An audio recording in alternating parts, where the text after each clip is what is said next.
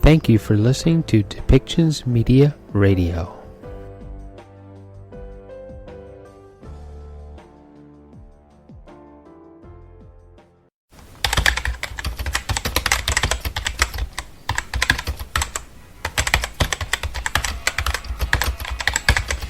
Welcome to Policy and Rights, the show about human rights and government policy.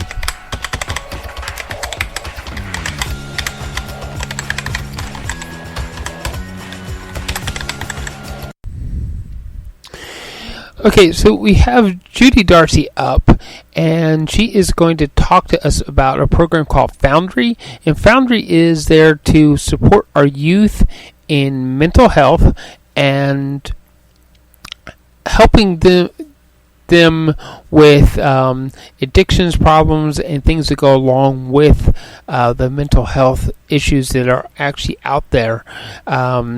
So she's welcoming on some newcomers, some new locations to the Foundry Network, and how it is going to actually help support British Columbians.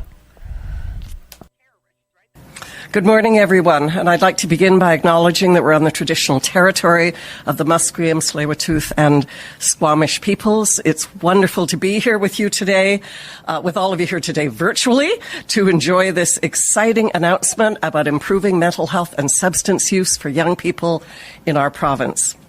Here in British Columbia, as we know, we are facing two public health emergencies: the COVID-19 pandemic and the ongoing fentanyl poisoning crisis. And I have heard from so many British Columbians, including youth and young people, that the COVID-19 pandemic is having a really major impact on their mental health. Finding a summer job, going to school at home, being away from your friends, not being able to take part in social and sports activities, all of these things are having a significant toll on your mental health and well-being. And many of the things that normally bring us joy, like spending time with family and friends, like taking part in parties and birthdays, have been delayed, and sometimes for a very long time.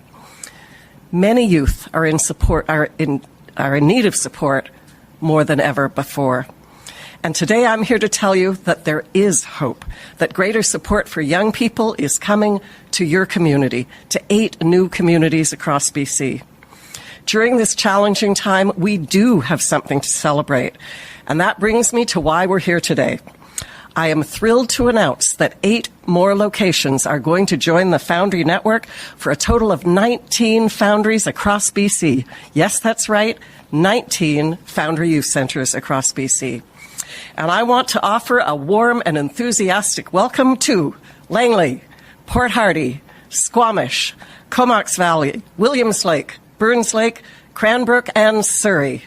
You will be joining a vibrant network of foundries already established in Campbell River, Victoria, Kelowna, the North Shore, Prince George, Vancouver, Abbotsford, Penticton, and Maple Ridge. What a long list, as well as Richmond and Terrace that are coming soon. And I am overjoyed that urban and rural and Indigenous youth will now be served in so many regions across our province.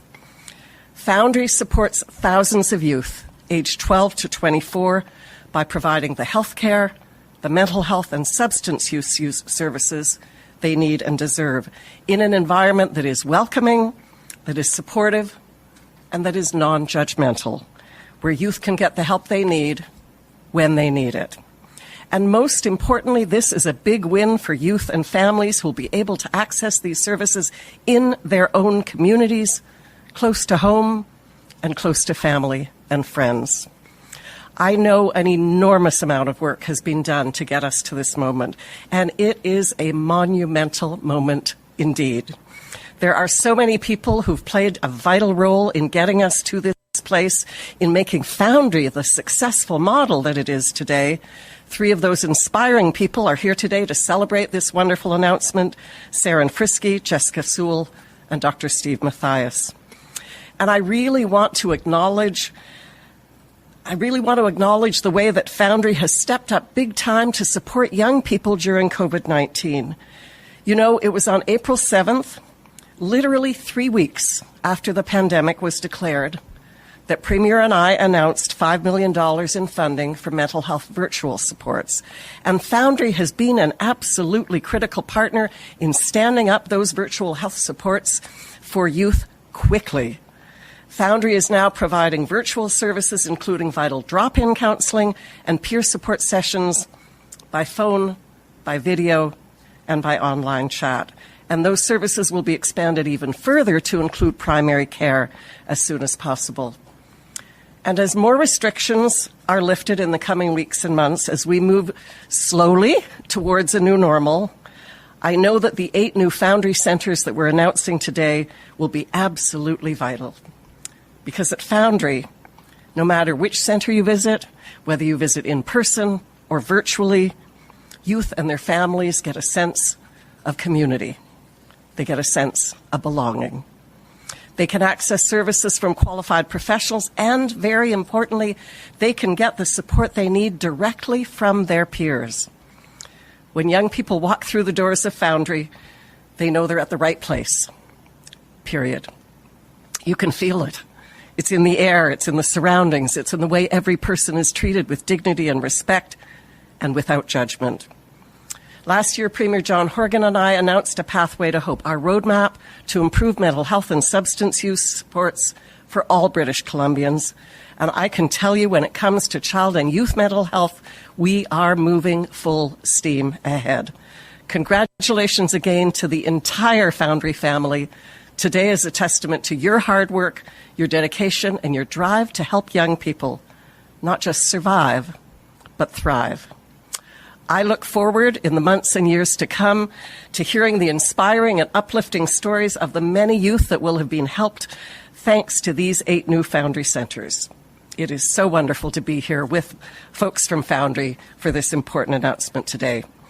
We are now going to show a short video about the difference that Foundry is already making in the lives of youth across British Columbia, and then I will be inviting Dr. Steve Mathias, the Executive Director and inspiration behind Foundry BC, to come up and say a few words.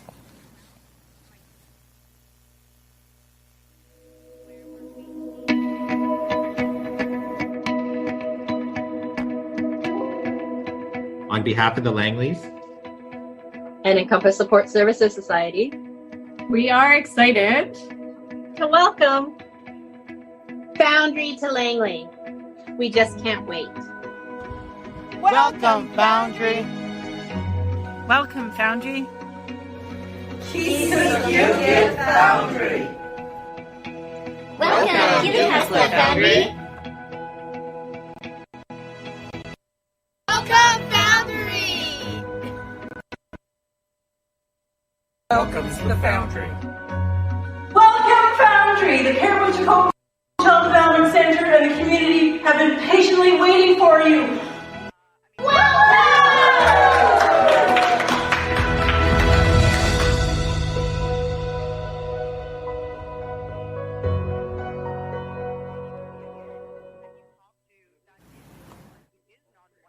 Joining.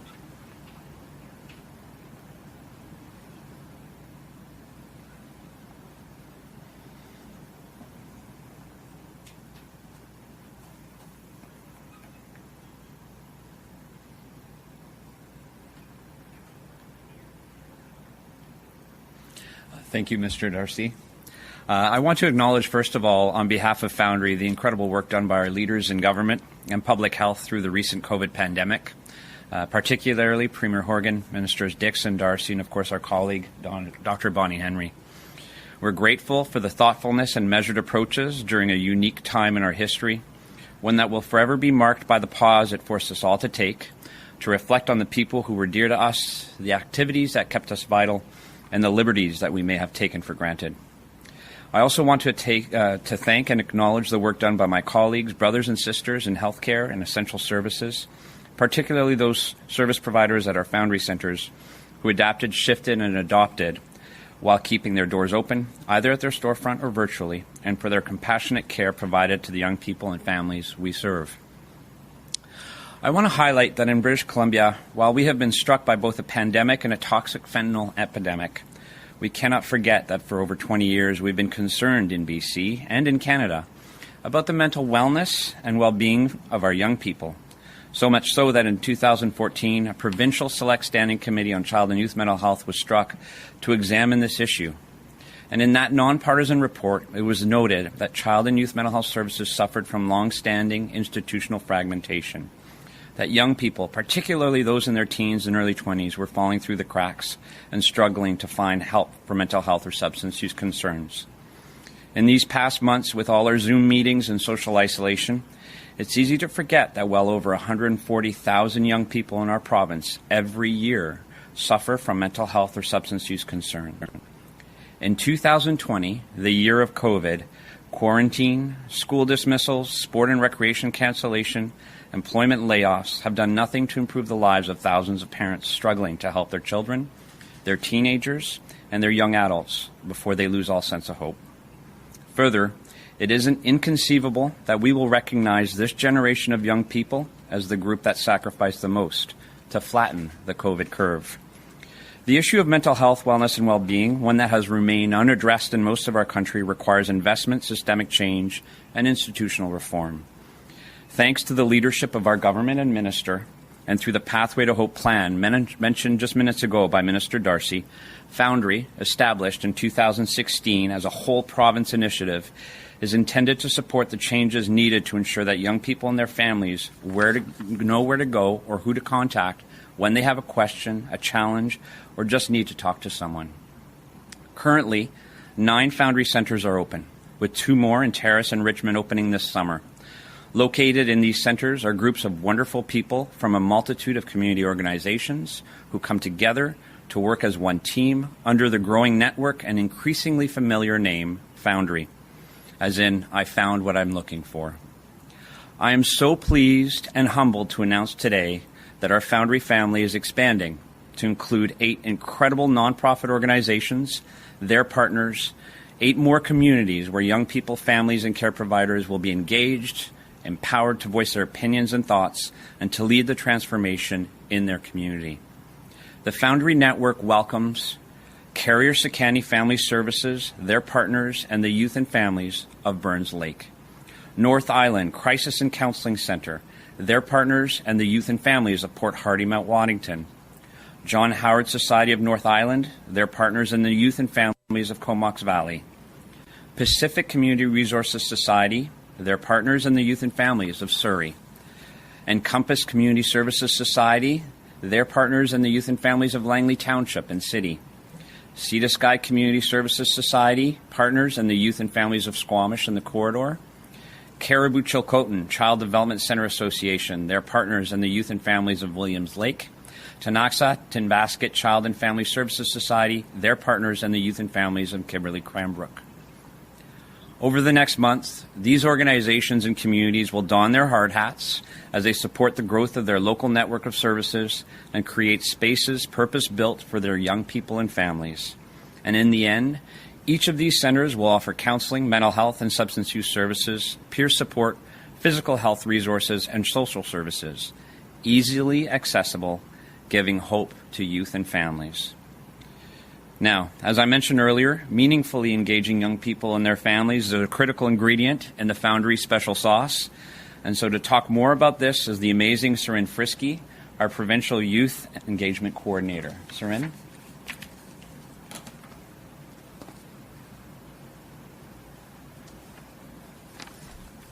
Thank you. Good morning. My name is Sarin Frisky, and I would like to start off by acknowledging with gratitude that our work takes place on the unceded land steeped in rich Indigenous history and home to many First Nations, Métis, and Inuit people today.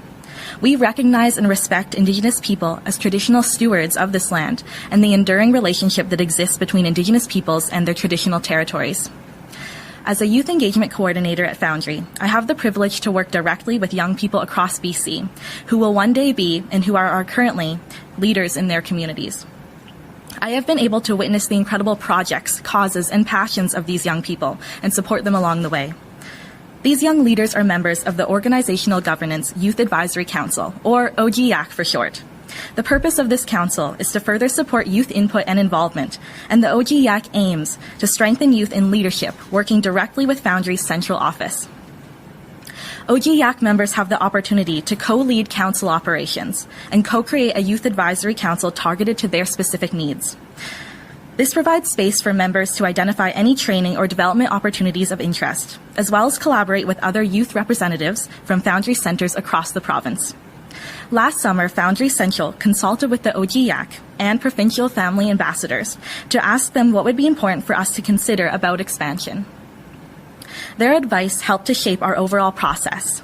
Then the OGYAC and PFA were involved throughout expansion, from creating questions for the written applications to participating in the interviews.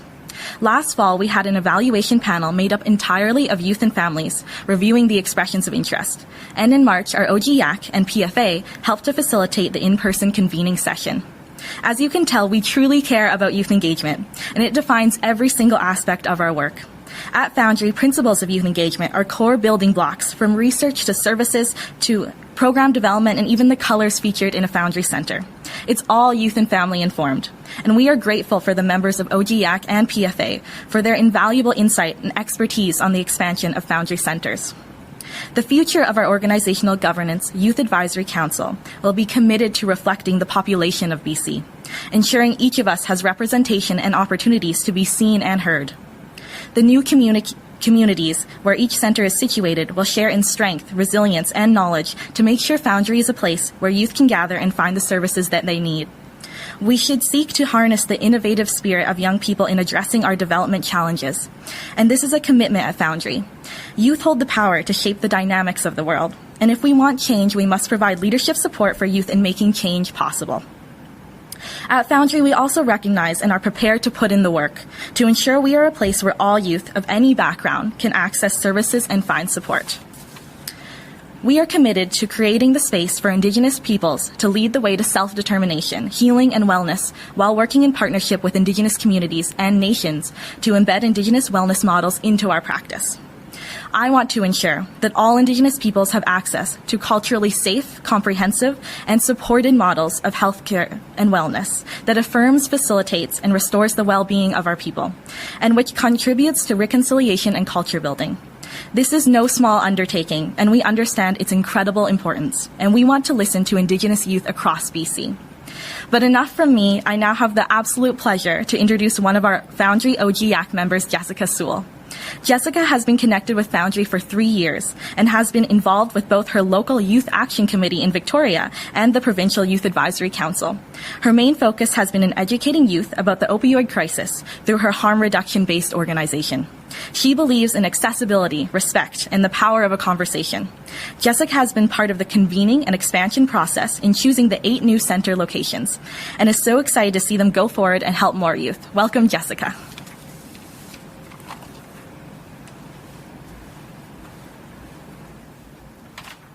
Thank you. We all know someone who has struggled in some way with mental health, physical health, or addictions. But we also know that they're more than just a patient searching for a service that works for them. They're a human being, a youth, who deserves respect and care. They're filled with hope, something that Foundry has given to thousands of youth across the province. I became connected with Foundry through a family friend whose daughter took her life. Her wish was that the conversation around mental health would happen out in the open and not behind closed doors as it has previously been. For the past 3 years that I've been involved with the network, I've been continuously inspired by the incredible human beings who make the community what it is. Foundry expansion is an opportunity to expand the impact to thousands more youth. And the number of folks that showed up to represent their communities at Foundry convening, all with the goal of making youth healthcare better in this province, was truly an incredible thing. This goes to show that the barriers to care in the form of stigma are slowly coming down so that more youth can access services. Over the past number of years, Foundry has led the movement towards a better, healthier BC by chipping away at the shame and blame that has controlled the conversation around mental health and addictions for so long. Being involved in the expansion process as a youth was extremely empowering. Myself, along with the other youth, were at the table 100% throughout the process. The network allowed us to have a voice in our own health, something that is truly incredible. I was speaking to a friend the other day and sharing how lucky I am to be working with an organization that appreciates my voice and expertise at such a young age. What's really great is that this engagement happens both at the local and the provincial level. So we have an amazing diversity of experiences. I'm a volunteer, but I also feel like I'm working my dream job. The fact that youth voices are heard and ideas implemented only makes the network better, and I think that a lot of health organizations can learn from the way that Foundry engages with youth and their families. To finish, I'd like to share what a friend told me when I asked him about what having a Foundry Center in his community means to him. He shared that it was a safe place for him and his emotions, somewhere where he knew that he'd never be judged. This speaks to how the province-wide network has given so many people hope. It's given youth and their families somewhere to go when they have nowhere else to turn. It's given them a place to call home away from home. And I'm so excited to watch the network grow over the next few years, changing and saving lives as it expands. Thank you. Thank you. I would now like to invite Mr. Darcy back to the podium for the Q&A. And before we begin the Q&A segment of this event, I would like to remind the media that you're limited to one question, and please do press *1 to line up for questions. If we have time, we will be able to take your follow-up questions. You will have to line up again by pressing *1, and please keep your handsets unmuted. You will not be heard till I call out your name. I will begin by Lisa Cordasco from CHLY. Lisa, go ahead, please. Hello, good morning. I'm wondering why Nanaimo has been passed over in all of this. There are no treatments locally. There are no homeless shelters locally. Nothing is in person. The closest resource, I guess, would be Victoria. Wondering why Nanaimo's been left out here. Well, there is actually an independent process in place led by Foundry to determine the sites, and they put out a call for proposals, and communities submit proposals, and these 8 locations were chosen after a very extensive 2-step selection process, which included independent panels made up of over 60 members of Foundry's network of centers. They were subject matter experts, they were youth, and they were family advisors. Thank you. The next question is from Jane Said, North Shore News. Go ahead, please. I have heard from some families that access Foundry that the online support model may not really be working for all teens. I understand that as of right now, that's the way that, for instance, families on the North Shore are supposed to be accessing these services. I'm just wondering, teens can go get their nails done and their hair cut in person. Why can't they get, peer support or drop-in support in person in Foundry, and when is that expected to change? Thank you for that question. In terms of Foundry North Shore and most of our centers, existing clients or young people can get services in person. If this is someone who's new to the Foundry North Shore Center and virtual care is not working for them, then they can call the front desk, let them know that virtual care is not their preferred option, and a in-person session can be booked. Thank you. And since there are no other questions from the media, I would like to conclude this event. Thank you all for attending and joining us today.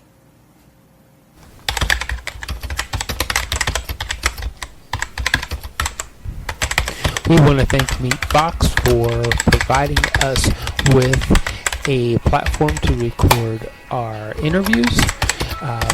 Please do visit meetfox.com.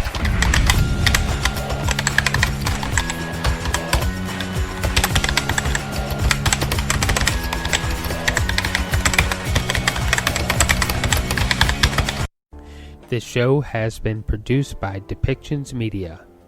Please contact us at depictions.media for more information.